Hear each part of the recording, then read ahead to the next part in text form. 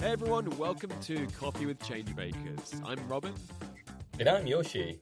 On the Coffee with Changemakers podcast, we explore the stories of changemakers taking on some of today's biggest social and environmental challenges. Every episode, we host an intimate conversation on social impact and leadership, where we listen, learn, and connect over a cup of coffee with inspiring guests from all over the world. So before we jump into today's episode, we have a quick ask. If you enjoy our conversations, it would mean the world to us if you subscribe, rate, and perhaps even tell a friend about the show. Your support helps us bring even more inspiring guests onto future episodes. So, here's today's coffee chat. Enjoy. Today, we're sitting down with someone who's working at the cutting edge of climate tech, blending AI, satellite remote sensing, and climate finance to help tackle one of the world's most urgent challenges, methane emissions from rice farming. Meet Zachary Brown, or Zach, the CTO and co-founder of Creattura, a Tokyo-based startup that's just been recognized with the 2024 INSEAD Business Sustainability Award for its breakthrough work in nature-based carbon credits and digital MRV, monitoring, reporting, and verification technology. So Zach has spent over 20 years building tech teams and systems across Asia and the US, and now he's applying that experience to fight against climate change. At Creattura, he's helping to build a platform that tracks greenhouse gas emissions using a powerful mix of AI, satellite data, and IoT, providing farmers and policymakers with the tools they need to reduce emissions and improve sustainability, starting with rice fields across Asia. Creattura's mission is simple but ambitious. Make climate impact measurable, traceable, and investable. With their patented tech stack, they're turning invisible gases into visible progress and transforming how carbon credits can be created and verified. Their work has already earned international recognition, and they're just getting started. Zach, welcome to the show. Thank you so much for having me on the show. I'm really happy to be here. After that intro, I don't know if there's anything left for me to say. No, we're just getting started, man. And we're super, super lucky to have you. I mean, so Zach, we met at Tokyo, Breakfast Club. And thank you for joining, That's It's right. a little community that I started just a couple months ago. But you were one of the first, early members and key supporters. So first of all, I just want to say thank you for showing up and being part of that community. Well, thanks for putting together the little entrepreneur meetup. It was excellent to be a part of. Of course, of course. So yeah, before we get started on Creattura and all the exciting work that you're doing, I kind of want to get a better understanding of, your personal background. Like, where were you raised? Where did you go to school? And what got you into tech? Well, so I'm American, probably from my accent. That's obvious. I'm originally from Michigan, so I spent a lot of my time outdoors in the woods and lakes and that sort of thing. And I was always fascinated by Japanese, Japan and Japanese culture. I think a lot of people maybe they get hooked on manga and anime. For me, it was more like those old black and white samurai movies, Kurosawa and Mifune Toshiro. Yes. And so by the time I ended up in college, I went to school in California.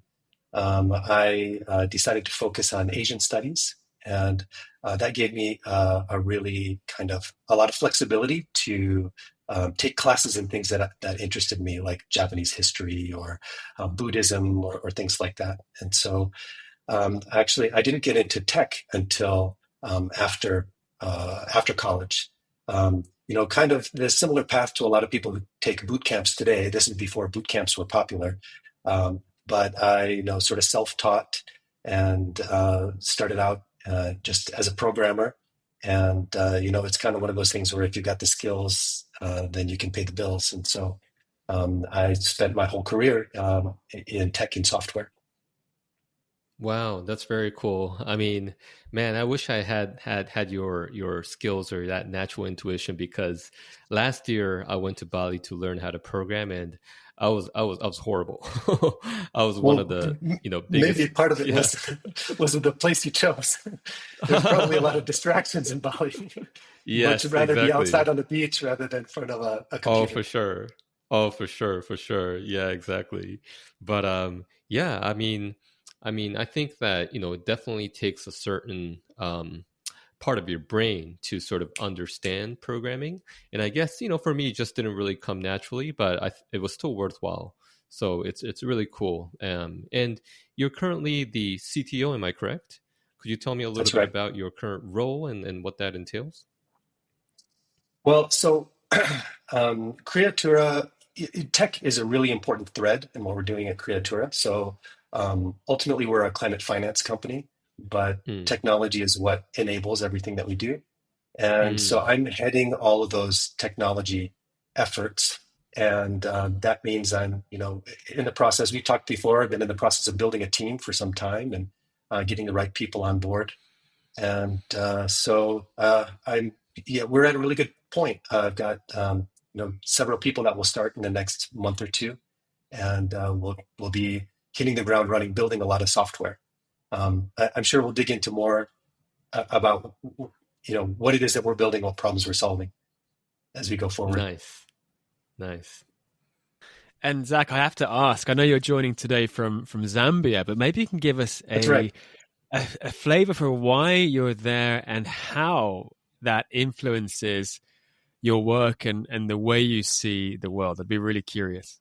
Mm, Well, I've always been, as a youngster, my father was a teacher and he taught English for a year in Mexico. I must have been around 11 or 12 years old. And that really kind of shaped my view of the world. I had this idea, we're literally on the plane flying to Mexico from Michigan, and I mean like countryside Michigan. I had no idea what things would be like. And he said, we're going to do a homestay and live with a local family.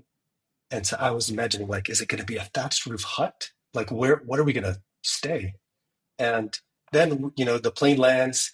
It's a city. We stay in a, normal house. They have a car. Like, life was just like life that I knew. And they had a kid who was about my age, and he took me out to some little, I guess, bodega, in the neighborhood. And he was like, videojuegos, videojuegos. And I was like, I don't know what that means. It's the Spanish word for video games. And so we mm, found this like kind of stand-up video game console, like from the 80s. And I was like, I know this game. And we started playing together. It was called Defender.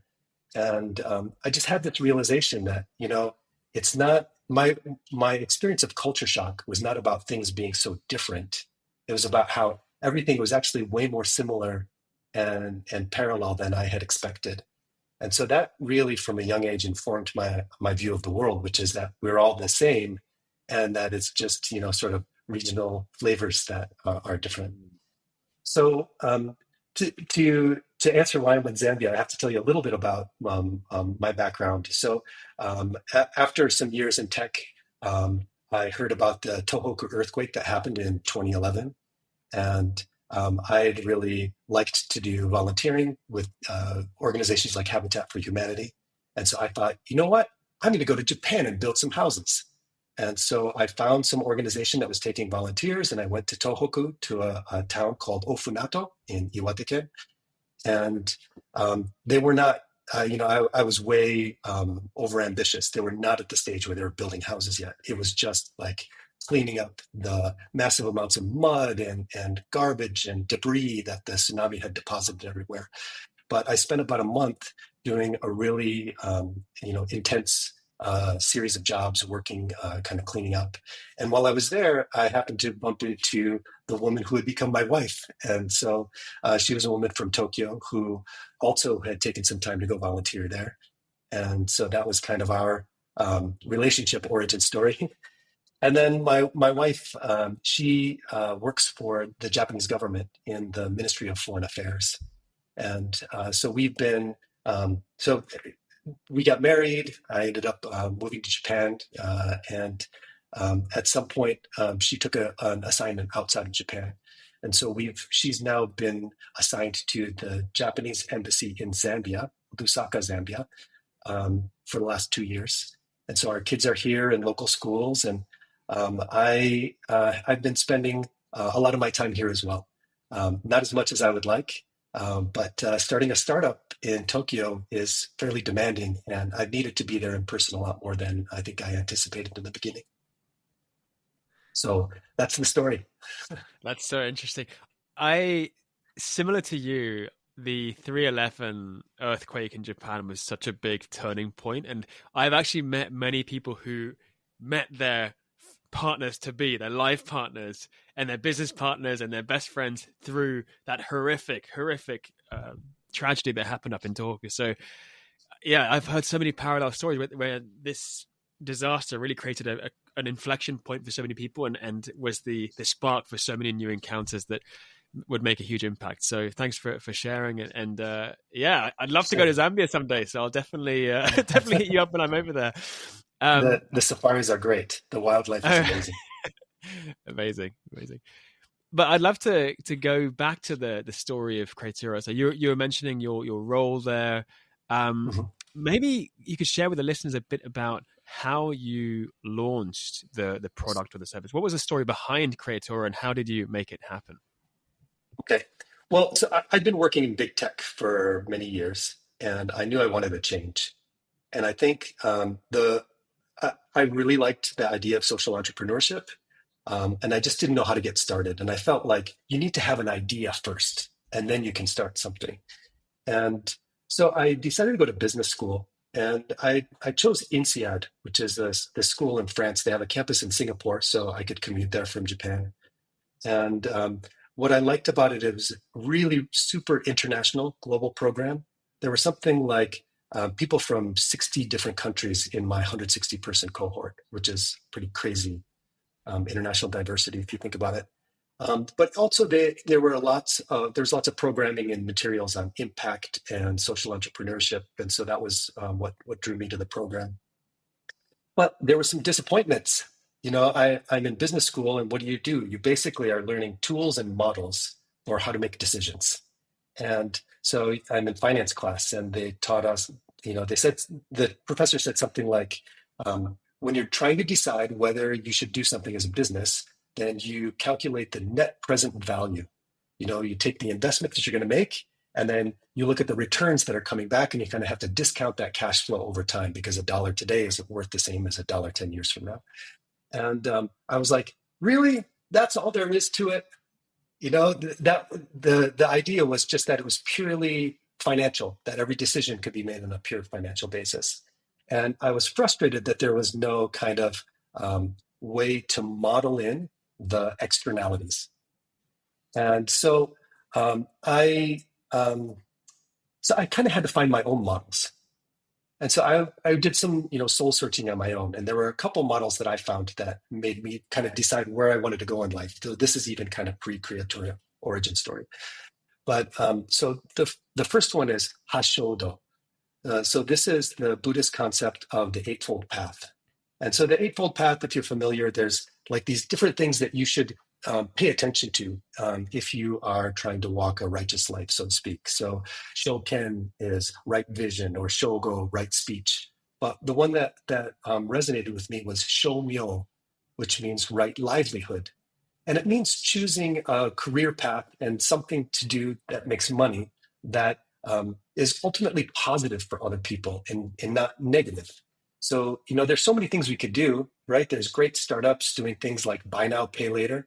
But if you think about what is the social impact of something like that? Well, ultimately, you're getting people into debt. Is that really, right livelihood? And so that gave me, kind of one of the tools to measure what I wanted to do as I went forward. And then there's one more, and I think, Robin, you'll get a kick out of this. So I talked about my partner who's from Japan. She's originally from Shiga Prefecture. In ancient times, Shiga was called Omi. And Omi is famous because they had these merchants called the Omi Shonin. And they would travel around Japan, and they had this kind of code of conduct that they would transact business by, which I guess is called something like Sampo Yoshi, which I translate that to benefits in three directions. And so what that means is, like, every business transaction had to be beneficial not only for the buyer and the seller, but also for the community. And so I really like the way that is, it, it represents a way to do business that creates positive externalities. And so those are the kind of philosophy that I brought into this. And so as I'm thinking about all this stuff in business school, I'm hearing about carbon credits and carbon finance. And that was, appealing, but I didn't know a lot about it. And I met this other alum. He wasn't a co-student with me, but another alumnus from the university who was working in carbon credits and sustainability. And so we kind of got together, and he'd been working decades in this space. And me, on the contrary, I'd been spending decades solving business problems with software. And we said software is super important for the sustainability industry. It was shocking to me, in fact, how manual everything was. If you launch a forestry project and you want to calculate how much carbon is being absorbed into the forest, they dispatch people with tape measures to go and measure the circumference of tree trunks. And I thought, there's got to be a better way to do this stuff. And so we decided to bring technology and climate finance together. And so that's sort of where we started. So in thinking about this, we were like, what problem can we solve in this space? And ultimately, we co-founded the company over 2.5 years ago, and I took my time joining it full time. So I did it as a side hustle probably for 1.5 years, and really kind of tried to structure my exit from my corporate job at the right timing. And I think that was one of the beneficial things for me in terms of allowing me to step from a place of a place where I felt I had sturdy footing onto another place where I felt I had sturdy footing, so to speak. And so the problem we decided to solve in that space was related to rice, and there's some background. I don't know. Maybe I'm getting ahead of myself. So here's the deal with rice. 1.5% of total greenhouse gas emissions, human-caused greenhouse gas emissions, come from rice agriculture. 1.5%. It's a small number, but actually it's a massive slice on the top line. And where does it come from?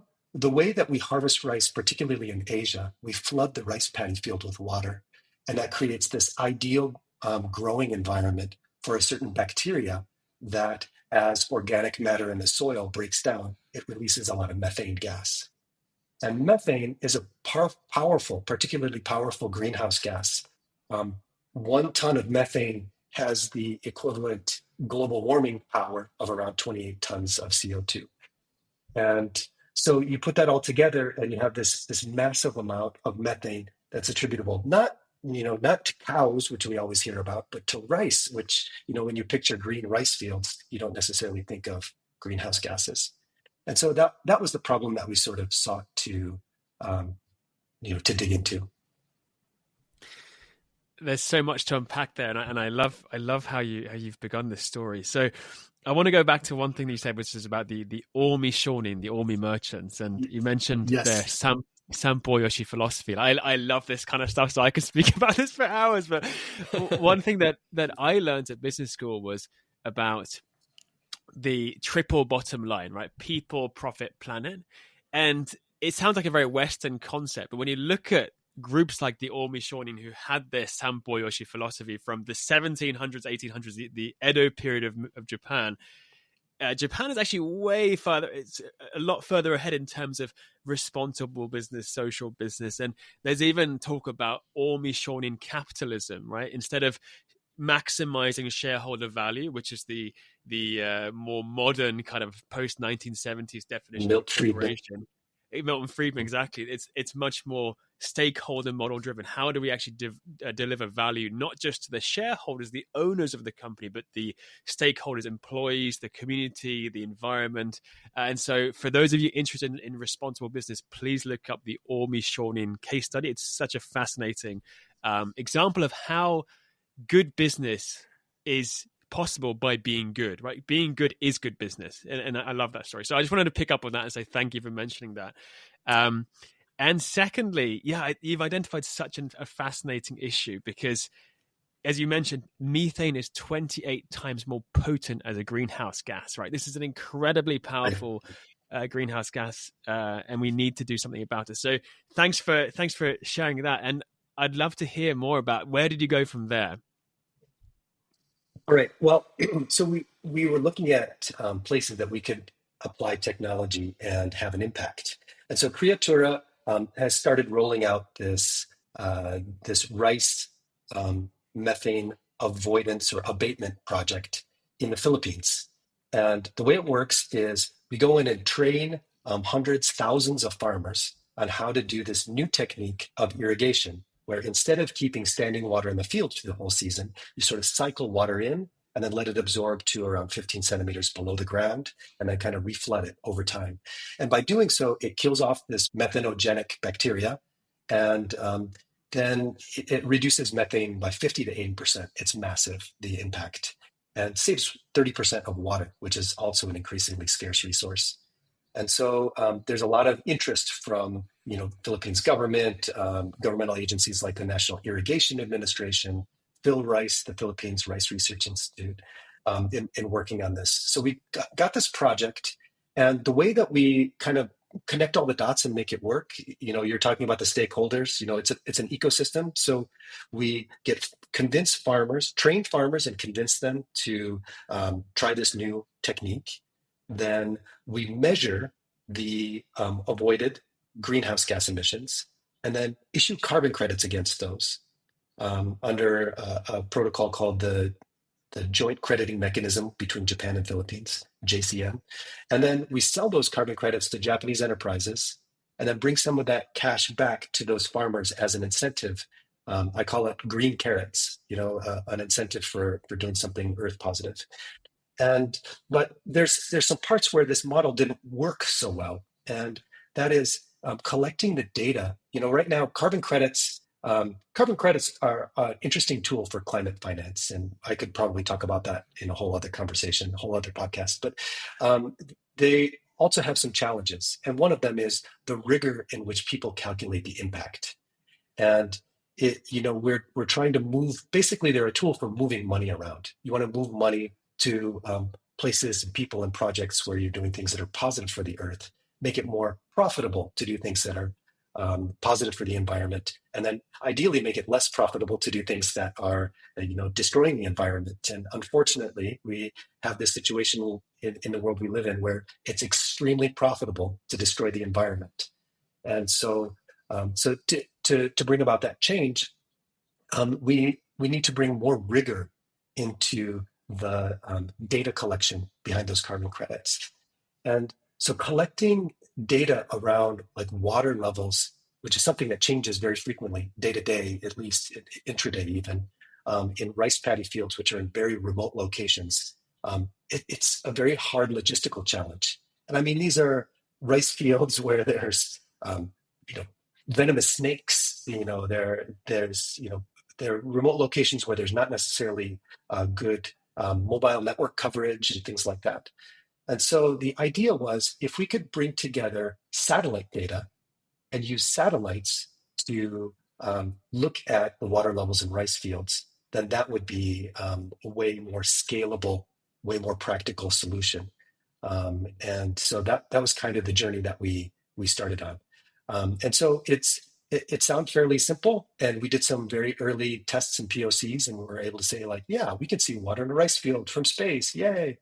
But as in all things, the devil's in the details. As we dug into it, there were quite a few challenges in pulling that all together.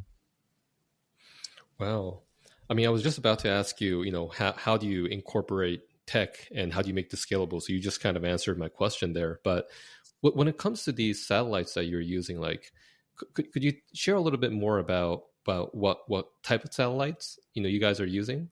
Like, are these like Elon Musk satellites, or are there publicly accessible satellites? I have no idea, but if you could share a little bit more about that would be cool. So first of all, I want to make clear that we don't own any satellites. That's a Okay. much more high capital business than we're in. Mm. But satellite data has been really democratized. We're at this really Mm. interesting point right now where space tech in general and satellite data is having a moment. There's been Mm. this explosion in the number of satellites, Earth observation satellites, that's pretty unprecedented. So if you think about all of time since the very first satellite, Sputnik, in 1957 until, like, say, 2017, I think there were maybe 2,000 satellites in orbit. I Wow. believe in the 8 years since, we're maybe 6x that number, like 12,000 satellites in orbit. And all the forecasts are anticipating that we're going to have, hundreds of thousands of satellites in orbit, maybe by 2030 or the early 2030s. There's just this massive. It's become super accessible because of cheap rocket launches and things like that to put satellites in space now. Um, and so that means that satellite data, Earth observation data, is now super widely available. But the problem is there's too much of it. And Mm. so we also happen to be in a moment with AI. And so applying AI to satellite data is this really super powerful combination. Mm. So now let me answer your question, Yoshi. So the data that we're using is from a company called Planet. They're Mm. based in San Francisco.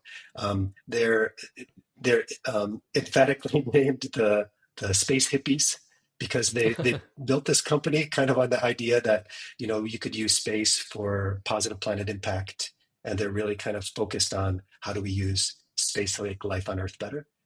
And so they invented some, or kind of took advantage of this change that's happening in aerospace, where they call it agile aerospace. So it used to, Mm. when you launched a satellite, let's say 10, 20 years ago, you'd spend 10 years designing and building and launching this massive satellite, and probably $1 billion by the time it was in space.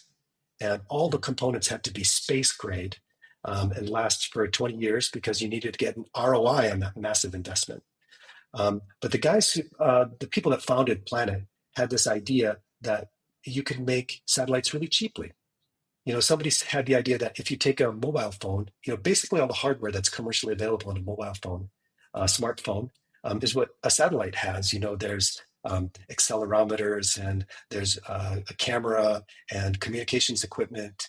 And so they were like, well, what if you just took one of these and put it in a rocket and sent it to space? And so they did. Their first experiments were like taking a smartphone and having people throw them out of the door of the International Space Station. And so they found that you could make satellites for way cheaper, and then Mm. you could shorten the needed amount of time that you need to get ROI from it. So maybe it's only a year or a year and a half of service life. And then Mm. that means that with these shorter feedback loops, you can apply agile and have agile aerospace. And so this has Mm. created this new world where instead of having one big satellite for a specific project or purpose, you might have hundreds. And so Planet has Mm. around 200 satellites. They call them doves, because dove is the peace bird, of course. And they are they're orbiting the Earth and imaging every part of Earth's landmass every single day. So this is a huge leap forward over some of the publicly available satellites data that we have from NASA, JAXA, or the European Space Agency. And so that's why it's been super powerful for us. And also, one pixel in a satellite image from Planet, this is their Planet Scope constellation, it represents 3 meters by 3 meters on the ground. So if you think about that, that's too coarse to be a significant privacy concern in terms of, like, you can't see if your partner's car is parked in their ex's driveway or something like that. But it's possible to look at agricultural fields and rice fields and things like that. So Planet is our key satellite data source, although we do use some of those public sources as well. Very cool. So Very cool. yeah, and one more thought on that. So what we kind of came to was this idea that if you took satellite data and AI, there's one more missing piece that you need, and that is a terrestrial data set, a ground truth data set. So if you can combine these three things together, then you've got this amazing magical formula right now. And so this is a formula that anybody listening to this podcast could theoretically replicate. If you have access to a big ground truth data set, and I'll explain what that means in a second, then it's possible to use AI and satellite data to make something that seems like magic.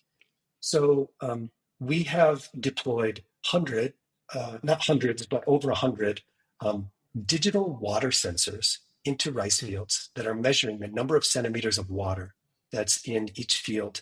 And the current sensor manufacturer that we're using transmits that telemetry every 15 minutes. So we've got this really great data set that we're building up showing the water levels in rice fields. And then, so if you imagine that, like each data row has like a latitude, longitude, a date timestamp, and then a number of centimeters. And so with that, we can kind of bring in the satellite data and say, all right, well, that sensor corresponds to this pixel in the satellite image. And so we know that these values in the satellite image, can be, can help to predict that water level, right? We look for correlations. That's what the machine learning model does. We're using neural networks and things like that. And so, and maybe a little bit more explanation. So one pixel in a satellite image from planet contains 8 numbers. Usually, if you think of a JPEG, there's 3 numbers associated with every pixel: red, green, and blue, right? The values of RGB for each pixel. In this case, we've got 8. So there's some visible light, but there's also some invisible light, like near infrared, et cetera. And so you put all that together, and it's a massive amount of data for AI to crunch. And then AI can find stuff. It can find these correlations to say, I don't know, maybe when the near infrared is high relative to the levels in the green band or the blue band or something like that, that means that there's water present. And so I talked about some of the challenges we have. Some of the challenges are that just seeing water in a rice field, well, once the rice plants grow to a certain height, you can't see the water directly anymore. There's no direct line of sight. So we have to use this technology to sort of see the water underneath the rice plant canopy. And then we're also able to use it to see water to a certain level underground, because we're measuring water with these water sensors down to 15 centimeters, 20 centimeters below the ground surface. And so that's the kind of the key innovation that we pulled together. Wow, that's fascinating. Sorry for all the technical detail, but this is where my brain naturally takes me. No, go ahead. That's so interesting. And oh, sorry. Can I ask one question, which is about community engagement? Because what you're doing, first of all, it's fascinating on so many levels, and it would also require the cooperation, the understanding, the collaboration of farmers, of all kinds of local stakeholders. So how do you engage with those stakeholders, and how do you ensure community engagement, ownership to make this work? So there's a couple different things here, right? So at Creattura, I'm running the technology team. And so we're building this tech and kind of tools to, to quantify the impact, of our projects in a more rigorous digital way. But we also have a team that's responsible for running these massive rights projects. And so there are, dozens of people on the ground in Philippines whose job is to interact with 7,500 farmers that we've put through training so far. And that's covering around 10,000 hectares in the current rice season. So we're just wrapping up the dry season. We'll start the wet season in June. They have 2 rice seasons a year in Philippines.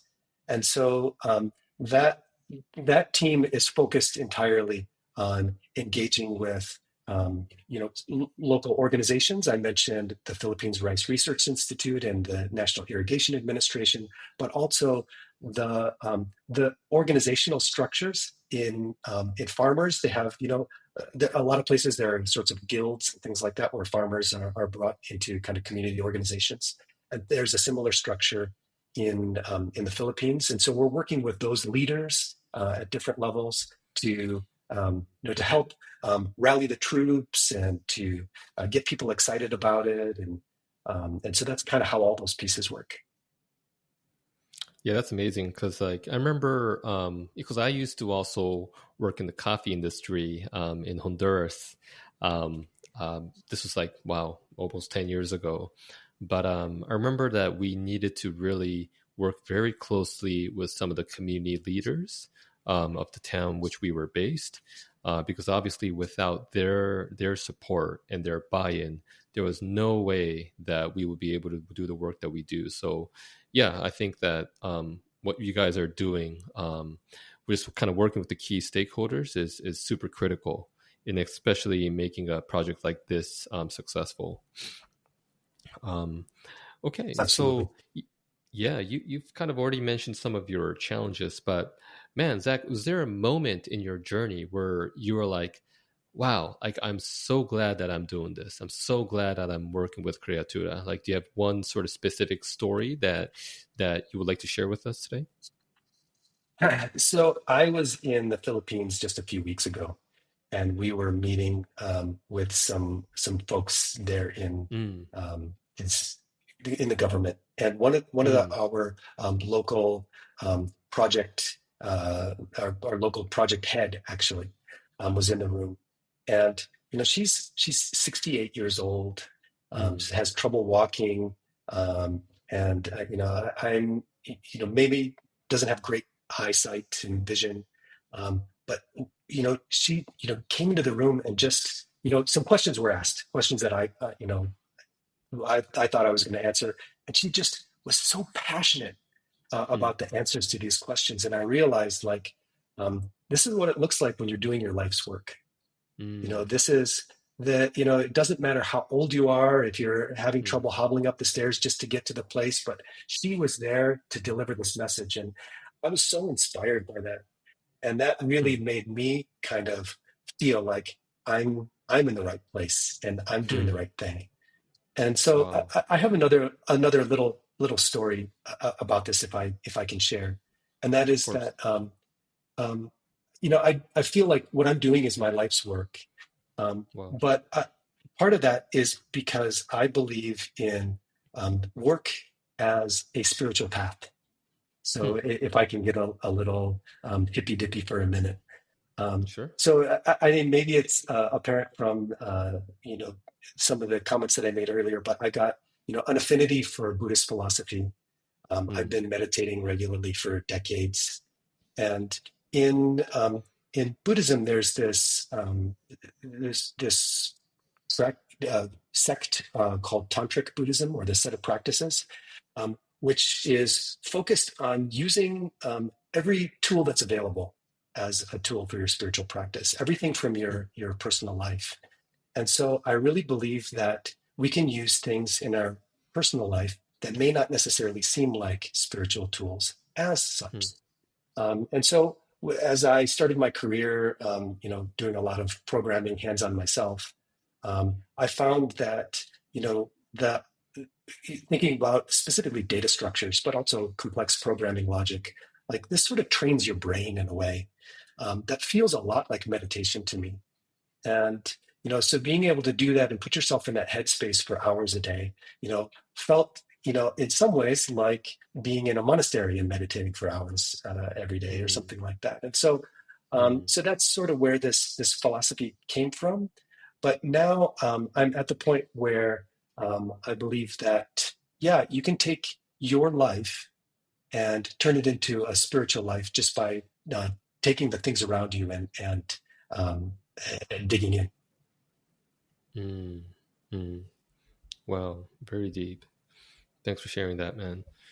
Um, as we kind of transition to the next section of this, I kind of want to dig a little bit into learnings and insights. Um, so throughout your journey, Zach, like, um, what were some of the key lessons that you learned as a social entrepreneur or as a change maker? And would you be willing to sort of share some of those lessons with people who are listening today? I think a key thing for me. So I came into social entrepreneurship transitioning from a career in private sector, and Yeah. I think there are probably a lot of people who are in that place where they're thinking about making that leap. And the learning for me was that it's totally possible to do it on your own terms. So what I think is what I've seen happen before is somebody who's got achieved a lot of career success and in sort of one area, and they say, all right, I'm burned out and I want to do something different. And then they shift so far completely to something new that they're not able to leverage the momentum that they've built up in the previous career. And it's almost like a step down. And I really think that it's possible to sort of continue moving up, even though it's this shift outside of the natural upwards trajectory, if that makes sense. So instead of staying at the same company and seeking a job, at the next level, the senior vice president level or whatever it is, that you can kind of structure it in such a way to make the transition on your own terms. And so that for me, the way that manifested was taking a lot of time to think about what was the right specific moment to transition, what were the skills that I was building in my previous career that were going to be useful in the new one, and make sure that I was focusing on those. And so that's as I said, I really did Creattura as a side hustle for a year and a half, and spent that time learning about this new space, and that was I really think made a big difference in the end. I can hear your passion, and I can already understand the impact that you're making from this conversation, but also looking at the website and doing research on Creattura.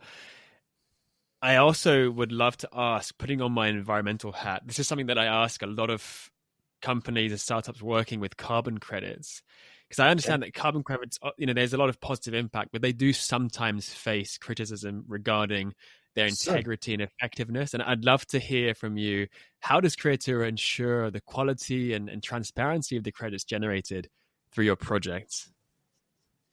So I think that's the place where we are leaning on technology as much as possible. As I said, there's the way that you think about, well, maybe I'll answer with a more technical answer. When you do a forest project, you might, as I said, manually measure the circumference of some trees.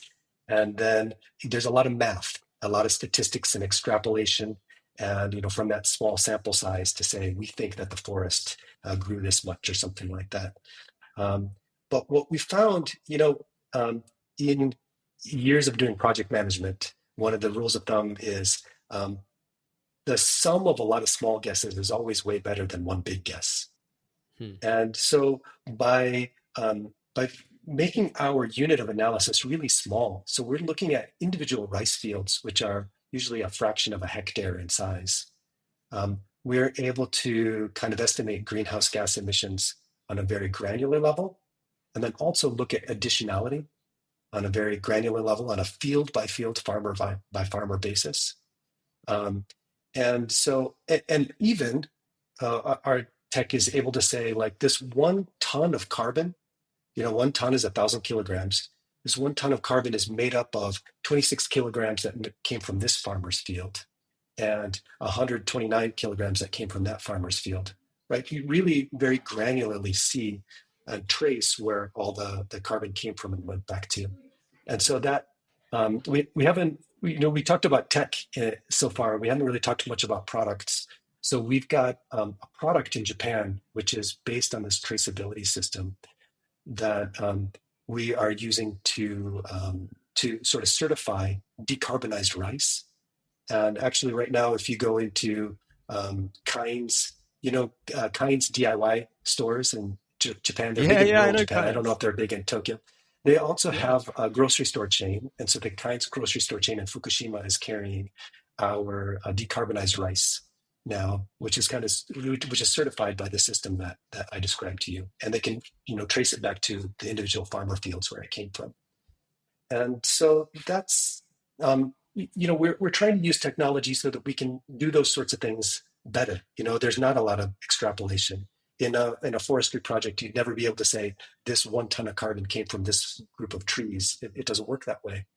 And so I think it's an imperfect tool, I think, carbon credits, but it's what we got and what we have in front of us.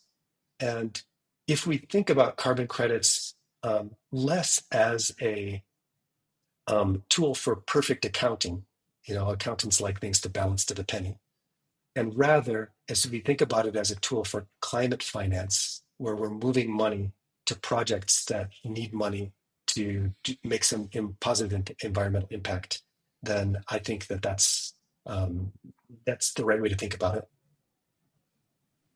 That's Cool. really great to hear. Thanks so much for adding, because I know there's a lot of conversation about carbon credits and recently plastic credits and biodiversity credits and all kinds of things. So great to hear your take on that. And just for any listeners wondering about what is additionality in carbon credits. So additionality, and please correct me, Zach, if I'm wrong, is the principle that a carbon offsetting project must result in some kind of carbon reduction that would not have occurred without the intervention of the project. So it essentially ensures that the carbon credits actually represent a net environmental change that wouldn't have happened without any intervention. So that's is that right, Zach? Exactly. Yes. Anything to add to that? Okay, awesome.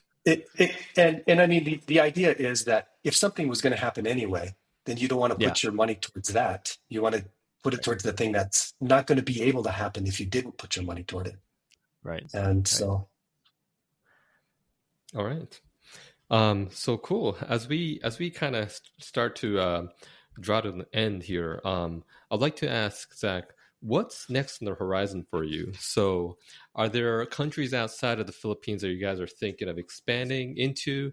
Or if you'd like to share any exciting new projects that are upcoming, please do so. So we've got projects in Japan, which are expanding greatly. So Japan, nice. the way that they reduce methane is a little bit different. There's a dry period where you drain a rice field in the middle of the season. They call it nakaboshi, and right now there's a way to kind of extend that nakaboshi encho, in order to increase the impact of reduced methane. And so we're rolling that out in Japan. We're also running pilot projects right now in a few other countries in Southeast Asia. I think they're happening in Thailand, Vietnam, Bangladesh, which are some of the biggest rice growing countries in the world. And so rice is a big part of it. Creattura also works in forestry and some other methodologies. But for me, my big focus at the moment is rice and bringing these projects to market. So one more thought about that. So we built this tech and we're using it right now for our own projects that Creattura is running. But the scale of the opportunity here is massive. I really think that rice AWD is AWD stands for alternate wetting and drying, by the way. Rice AWD is it's a low-hanging fruit, right? And it's on the climate change tree, if you will. And there's the opportunity size is massive. There's certainly hundreds of millions of carbon credits could be generated, or hundreds of millions of tons of methane or CO2 equivalent could be avoided. And that's way too much for one company or even a couple of companies to accomplish by themselves. And so what I want to do is take this technology and not keep it to ourselves, but to turn it into a commercial product that other organizations can use and leverage in order to solve the same problems we did. Any organization that's going to run one of these rice projects will have the same pain points around data collection. And so we're working with regulatory agencies right now. I met with JIRCAS just yesterday. That's the Japanese International Research Center for Agriculture Science, and the Ministry of Agriculture and Environment, to showcase our technology and to seek their blessing. And so that's the place where we are, is really trying to roll this out so that we can expand the impact. If it's hundreds or thousands of companies that are leveraging this technology, then we can expand the impact that much more broadly. So that's what's next. Wow. Super duper exciting. Nice. All right. So Zach, I think that, as we draw to a close here, I was listening to your stories today, and it really made me think, man, this is really, you are a true change maker, and this is exactly the kind of social enterprise that leverages tech in a good way and makes the kind of impact that really advances our society.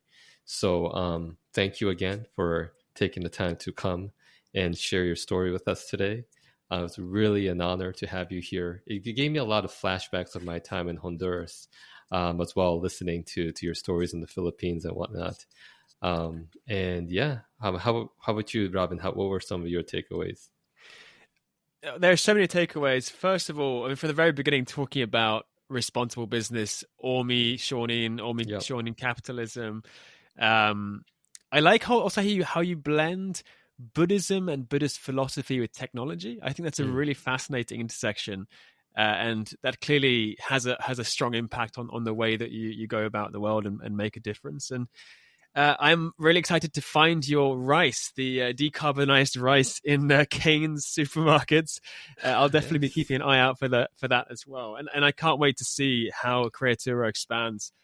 You mentioned you're already doing proof of concepts in Thailand and Vietnam and different places, and it seems like the sky's the limit for you and your company. So very exciting to see, and I'm so glad we can catch up again. Yeah. Likewise. Thanks for having me on the show. It was really a pleasure. Yes. I think for our next catch up, all of us need to be, either in the Philippines or Japan or rural Japan. We gotta share a meal over that rice that you guys have grown through your technology. Maybe in a rice field somewhere, or in a coffee plantation. I'd love that. Exactly. Awesome. Very cool. All right. Well, to all of our listeners, if you enjoyed today's episode, be sure to subscribe, rate, and share. We'll be back with more stories of impact very soon. So remember, coffee friends, the power to create change is in your hands. Keep leading the way, and we'll catch you in the next episode. Let's keep brewing change one cup of coffee at a time. Thank you, Zach. Thank you.